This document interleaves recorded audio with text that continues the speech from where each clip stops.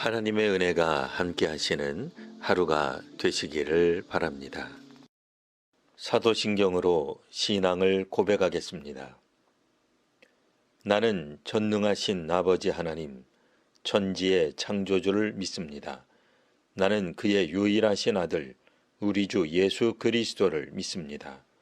그는 성령으로 잉태되어 동정녀 마리아에게서 나시고 본디오 빌라도에게 고난을 받아 십자가에 못 박혀 죽으시고 장사된 지 사흘 만에 죽은 자 가운데서 다시 살아나셨으며 하늘에 오르시어 전능하신 아버지 하나님 우편에 앉아 계시다가 거기로부터 살아있는 자와 죽은 자를 심판하러 오십니다.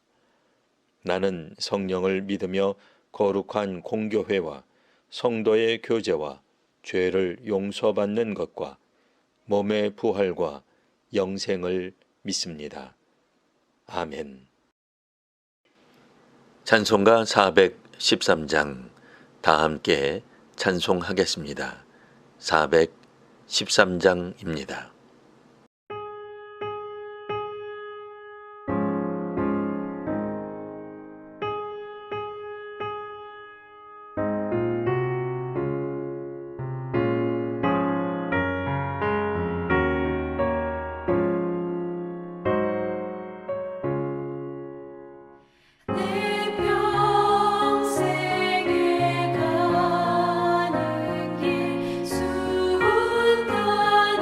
나의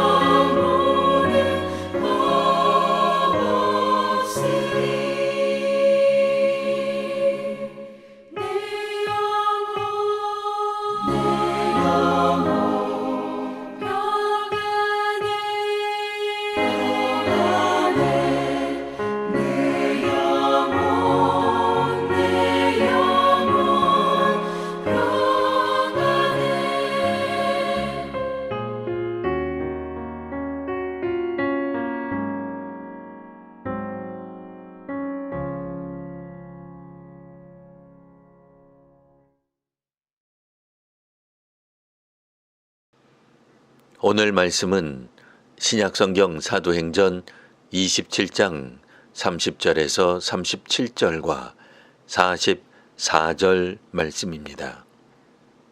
사공들이 도망하고자 하여 이물에서 닻을 내리는 채 하고 거룻배를 바다에 내려놓거늘 바울이 백부장과 군인들에게 이르되 이 사람들이 배에 있지 아니하면 너희가 구원을 얻지 못하리라 하니 이에 군인들이 거룻줄을 끊어 떼어 버리니라.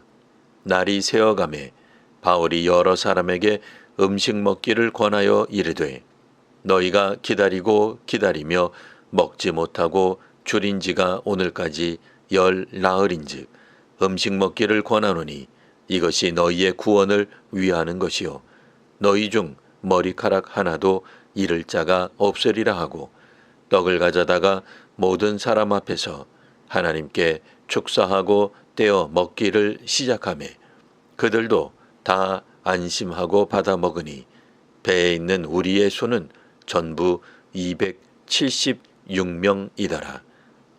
그 남은 사람들은 널조각 혹은 배 물건에 의지하여 나가게 하니 마침내 사람들이 다 상륙하여 구조되니라. 아멘. 배가 풍랑을 만나자 사람들은 먹지도 못하였습니다. 이 위기 가운데 바울은 사람들에게 하나님의 말씀을 전합니다. 너희 모두가 살 것이라는 말은 사람들에게 매우 희망적인 메시지였습니다. 그런데 그로부터 14일이 지나도록 여전히 아무것도 먹지 못한 채 표류합니다. 그러자 선원들이 승객들을 버리고 도주하려는 일이 발생합니다.